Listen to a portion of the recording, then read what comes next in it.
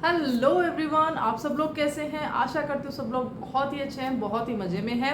तो आज मैं आप सभी के लिए लेकर आई एक बहुत सा प्यारा सा टॉपिक है, बिगिनर्स के लिए, फ्रेशर्स के लिए है, जो अभी एक ड्रीम लेके चल रहे हैं, जिन्होंने कि अभी अभी अपना लॉ कंप्लीट किया है, 1 साल हुआ है, या तो बिल्कुल फ्रेश है, बिल्कुल फ्रेश लॉ ग्रेजुएट है।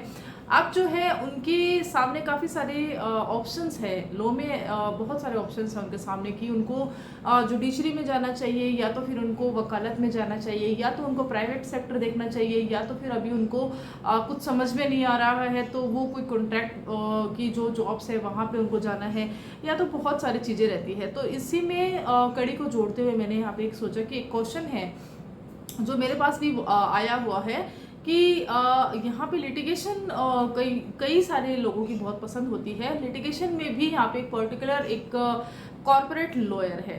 तो कहीं ना कहीं लोगों के बीच में ऐसा है कि भाई कॉर्पोरेट लॉयर है, ये क्या होते हैं, कैसी इनकी प्रैक्टिस होती है, और क्या ये इंडिपेंडेंट प्रैक्टिस में होते हैं, या तो फिर इनको हमेशा कंपनी से ही जुड़ा रहना रहता है, क्या आखिर होता क्या है, कैसे इनके काम होते हैं, इनको कोर्ट कौन सी होती है, कितनी बार ये कोर्ट जाते हैं, क्या इनका काम कैसे होता है, प्लस ये रहता है कि इनकी कमाई कैसे होती है, कितनी सैलरी इनके पास में होती है, इनकी लाइफस्टाइल, बहुत सारी चीज़ें होती है।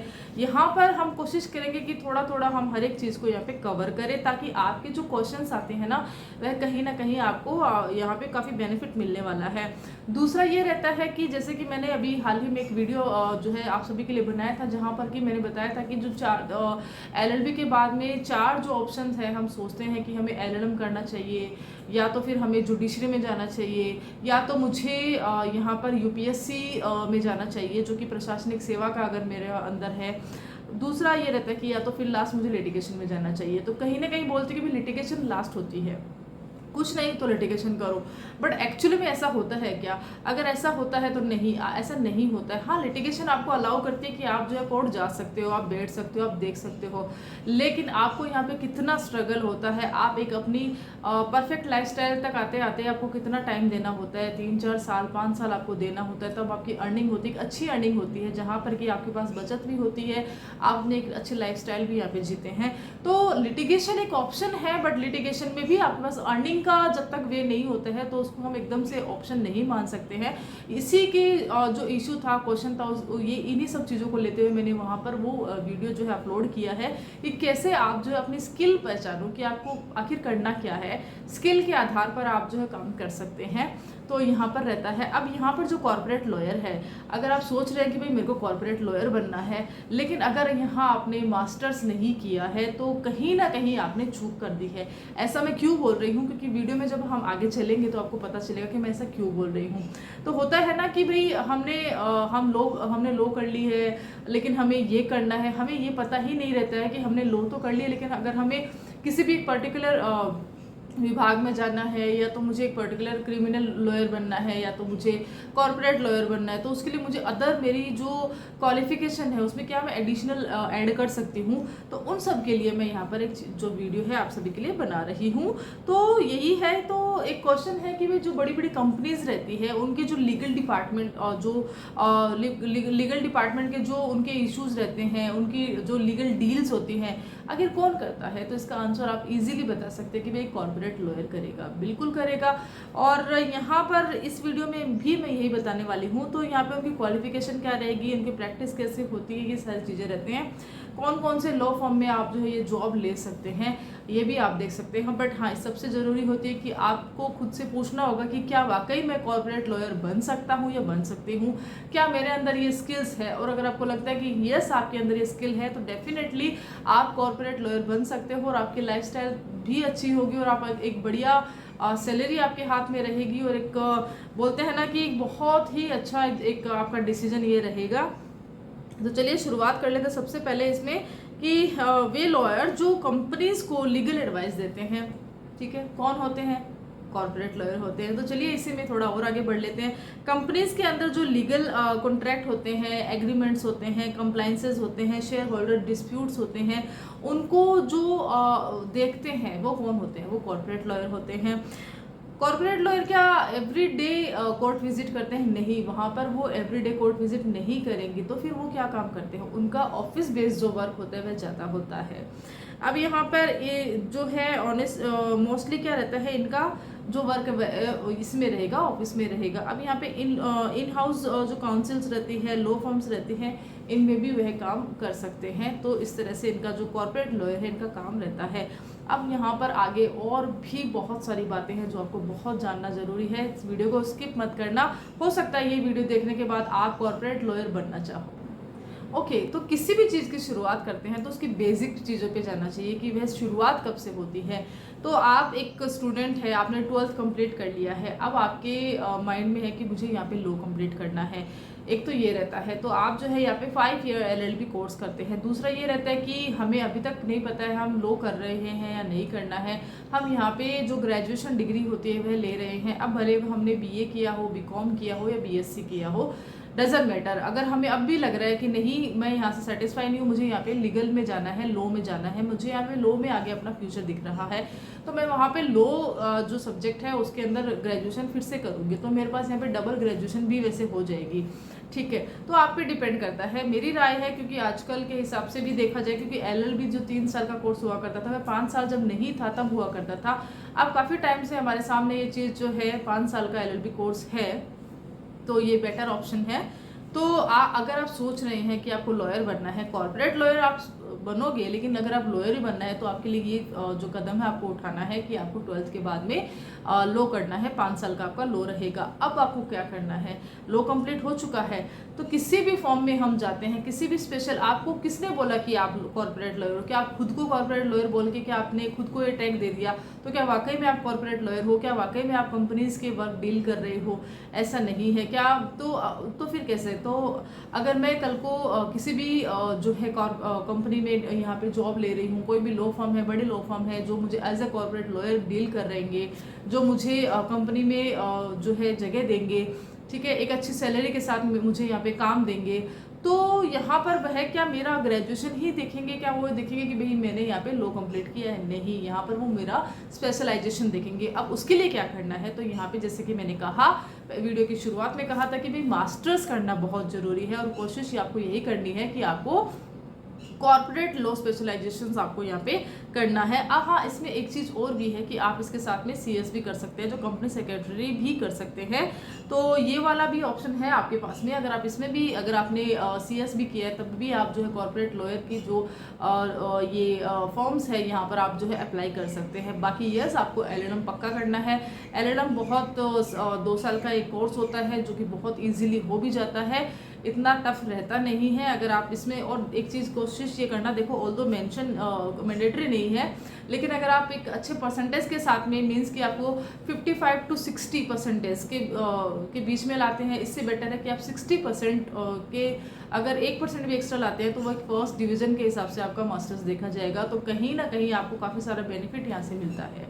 तो ये रहता है। और बाकी अगर आपने देखा ही होगा कि कई सारी कंपनीज जो रहती है, ऐसा नहीं कि आपने कॉर्पोरेट लॉयर अगर नहीं बनना है तभी आपको LLM करना है, आपको स्पेशलाइजेशन इसमें करना है। बाकी मास्टर्स तो बहुत अच्छा रहता है, कई बार डिजायरेबल में, एडिशनल में LLM मांगा जाता है। इंटर्नशिप कैसे करनी है, तो इंटर्नशिप के लिए आपको जो लॉ फर्म रहती है, बेस ऑफ कंपनी लॉज में रहती है, ठीक है, ये सारा देखना है। कॉर्पोरेट लीगल डिपार्टमेंट में रहता है, MNCS में जो रहता है, यहाँ पर आप जो है इंटर्नशिप कर सकते हैं। हर एक चीज़ को आपको अपनी व्यू में देखना रहेगा, विज़न बनाना होगा कि मुझे इंटर्नशिप भी यहीं पे ही करनी है, स्पेशलाइजेशन भी यहीं पे करना है। चीज़ें बहुत आगे जाके होगी, लेकिन पहले से ही इन सब चीज़ों को माइंड में रखना है। बोलते हैं ना कि सिविल जज बनना है तो 2 साल पहले ही आपको रेडी होना पड़ेगा कि मुझे जो है ये सिविल जज बनना है। एकदम से आप किताब खोल के सिविल जज नहीं बन सकते हो, पहले से ही विजनरी करनी पड़ेगी। क्या क्या पढ़ना है, कितना पढ़ना है, पिछला कट ऑफ कितना रहा था, मुझे कितना लेके आना है, मैं कौन सी कैटेगरी से बिलोंग करता हूँ, क्या इस कैटेगरी में इतना कट ऑफ आता है। हर एक चीज़, बहुत सारी चीज़ें होती है ना, माइनर से माइनर चीज़ें आपको यहाँ पे ध्यान में रखनी होती है। तो ऐसा ही इसमें रहता है। तो प्रैक्टिस कैसे करें, प्रैक्टिस करने के लिए क्या रहता है, अगर आप क्रिमिनल की या सिविल की प्रैक्टिस करते हो तो आपको क्या करना है। तो मैं आपको सजेस्ट करूँगी भाई आप सेशन जाइए, आप ट्रायल देखिए, आप कोर्ट्स जाइए, कोर्ट्स विजिट कीजिए, कोर्ट रूम को विजिट कीजिए, सीनियर को ज्वाइन कीजिए, या तो फिर जो आपके साथी अधिवक्ता रहते हैं उनसे क्वेश्चन कीजिए। एवरीडे आपको 10-20 क्वेश्चन तैयार करने हैं और उनके आंसर्स लेने हैं। ये एक बेसिक चीज़ें रहती है। इंटर्नशिप तो रहता ही है, लेकिन ये आपके खुद की नॉलेज के लिए बढ़िया रहता है। कोर्ट रूम में क्या क्या चल रहा होता है, कहाँ पे क्या काम हो रहा है, रजिस्ट्री का कहाँ हो रही है, फाइलिंग कहाँ हो रही है, मुझे क्रिमिनल की फाइलिंग करानी है वो कहाँ होगी, सिविल की करानी है वो कहाँ होगी, मुझे रजिस्ट्री का काम है वो कहाँ पे होगा, प्रॉपर्टी मैटर्स का मुझे काम है वो कहाँ पे होगा, व्यापारिक कॉमर्शियल मैटर है तो वह कहाँ होगा, बैंक से संबंधित काम है तो मुझे डीआरटी में जाना है। तो ये सारी चीज़ें अलग होती है। वैसे ही कॉर्पोरेट लॉयर अगर आपको बनना है तो उसके लिए आपको अलग यहाँ पे एफर्ट दिखाने हैं। तो सबसे पहले इंपॉर्टेंट क्या रहता है, अगर आप कंपनीज में भी जाते हैं और अपना इंडिपेंडेंट भी रहते हैं तो सबसे इंपॉर्टेंट होता है, सबसे important that is contract drafting and review. आपको कॉन्ट्रैक्ट की ड्राफ्टिंग आनी ही चाहिए। तो आपको ड्राफ्टिंग में अपने हाथ बैठाने हैं। बहुत सारे टूल्स हैं जो आजकल हमें बहुत हेल्प कर रहे हैं, बट कोशिश कीजिए कि आपके पास अपना एक अलग से आपका एसओपी रेडी होना चाहिए कि भाई ये मेरा कॉन्ट्रैक्ट ड्राफ्ट मैंने यहाँ पे रेडी किया है। उसको रिव्यू भी करना है कि कहीं भी मुझसे कोई भी माइनर मिस्टेक भी यहाँ पे नहीं हुई हो। दूसरा रहता है कि कॉर्पोरेट कंपनीज जो रहती है, लाइक कंपनी एक्ट रहता है, सेबी रहता है, आरबीआई गाइडलाइंस रहती है, इन सबको आपको जो है पढ़ना होता है, देखना होता है। यहाँ के जजमेंट से रहते हैं, यहाँ की चीज़ें रहती है, वैसे आपको देखनी होती है।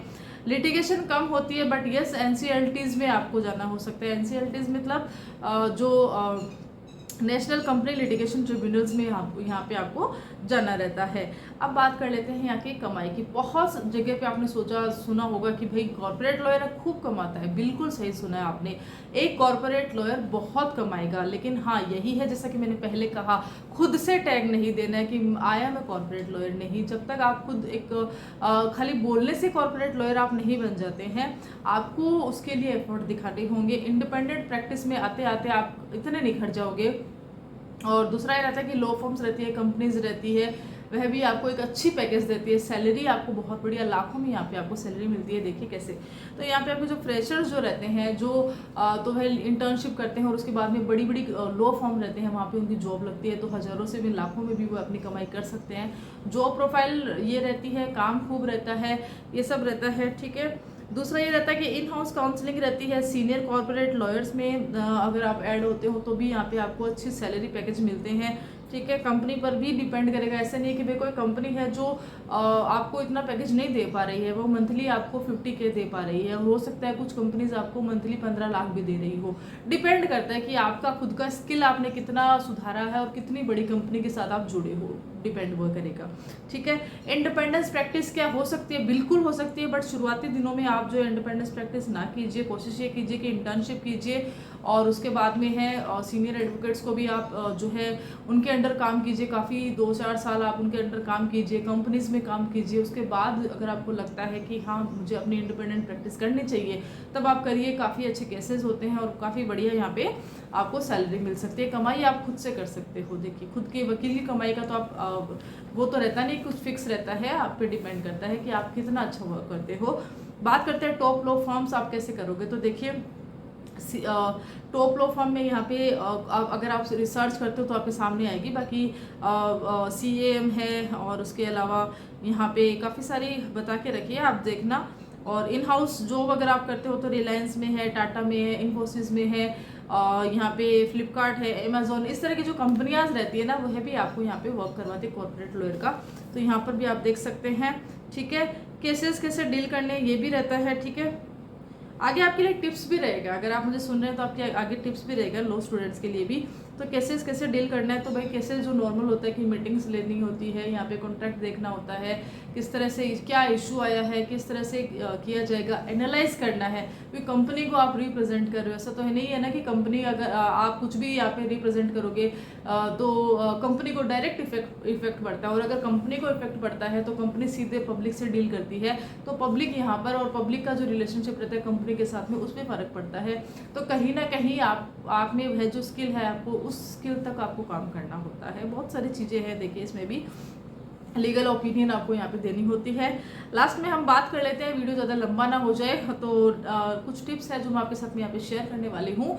दैट इज़ कि आपको आपका जो स्ट्रॉन्ग जो बेस है वह स्ट्रॉन्ग करना है। बिल्कुल बेस स्ट्रॉन्ग करना बहुत ज़रूरी है। मास्टर्स कर लीजिएगा, मास्टर्स बहुत ज़रूरी होती है।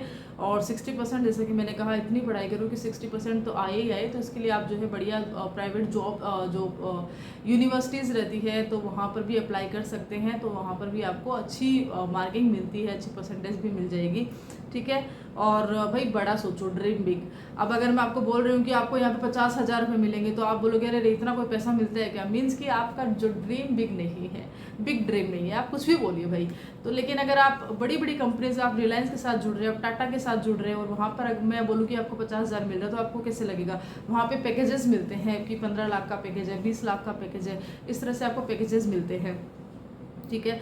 और लिंक्डइन प्रोफाइल आपकी ज़रूर मेंटेन करिए, यह बहुत ज़रूरी है। प्रोफेशनल अगर आपको देखता है तो वह आपको इसी प्रोफाइल से देखेगा। सोशल मीडिया अच्छा है लेकिन लिंक्डइन पे आप ज़रूर आइए, वह मेंटेन ज़रूर कीजिए। तो ये था एक छोटा सा जो मैंने तैयार किया था अपने हिसाब से कि भाई क्या क्या इसमें हो सकता है। और बहुत सारी चीज़ें, देखिए हर एक चीज़ एक वीडियो में कवर हो नहीं रही है, तो लेकिन कोशिश करिए कि छोटा छोटा हर एक चीज़ आपके साथ मैं यहाँ पे शेयर करूँ। होपफुली आपको ये वीडियो अच्छा लगा होगा। अच्छा लगता है तो आप बाकी जगह भी शेयर कर सकते हैं, अपने दोस्तों के साथ भी शेयर कर सकते हैं। और हाँ, अगर इस तरह के कुछ और वीडियोज़ अगर आप चाहते हैं, इस तरह की एडवोकेसी के बारे में या तो फिर कोर्ट के बारे में या तो फिर अदर इन सब चीज़ों के बारे में जो लीगल से रिलेटेड हो, तो आप मुझे कमेंट करके बता सकते हैं। या तो मेरी इंस्टाग्राम आईडी है एडवोकेट बिंदु था भाई, वहाँ जाके भी आप मुझे मैसेज कर सकते हैं। Till then thank you so much.